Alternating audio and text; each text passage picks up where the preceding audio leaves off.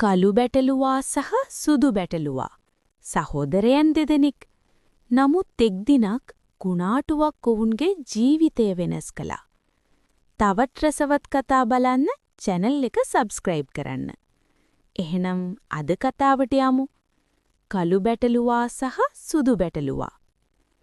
එකමත් එක සුන්දර කන්දක් අසල ලස්සන ගොවිපලක් තිබුණා.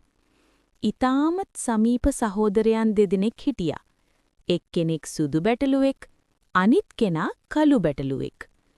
සුදු බැටළුවා ඊටමත් සංසුන් මිතුරන්ට උදව් කරන කෙනෙක්.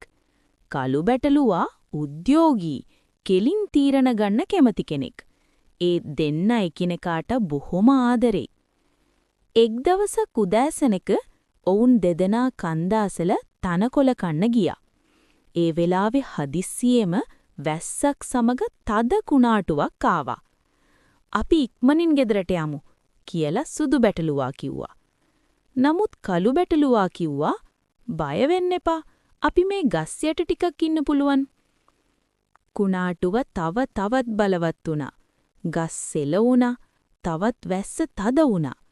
එවිට කළු බැටළුවාට තේරුණා ඔවුන් තනිවම ඉන්න එක අනතුරුදායකයි කියලා. සුදු බැටළුවා සංසුන්ව කිව්වා අපි එකට ඉන්නව නම් අපිට ඕනෑන ගැටලුවක් ජය ගන්න පුළුවන්. ඉතින් දෙන්න එකට එකතු වෙලා කන්ද පහලින් තිබුණු කුඩා ගුහාවක් තුලට ගියා. එතන වුන් ආරක්ෂිතව කුණාටුව අවසන් වෙනකල් හිටියා. වැස්ස නතර වූ පස හිරු නැවතත් දිස්සුණා. දෙන්න සතුටින් ගොවිපලට ආපසු ගියා. කළු බැටළුවා ඉනා වෙලා කිව්වා අද මට තේරුණා සහෝදරයෙක් සමග එකට ඉන්නවා නම් බය වෙන්න දෙයක් නැහැ කියලා.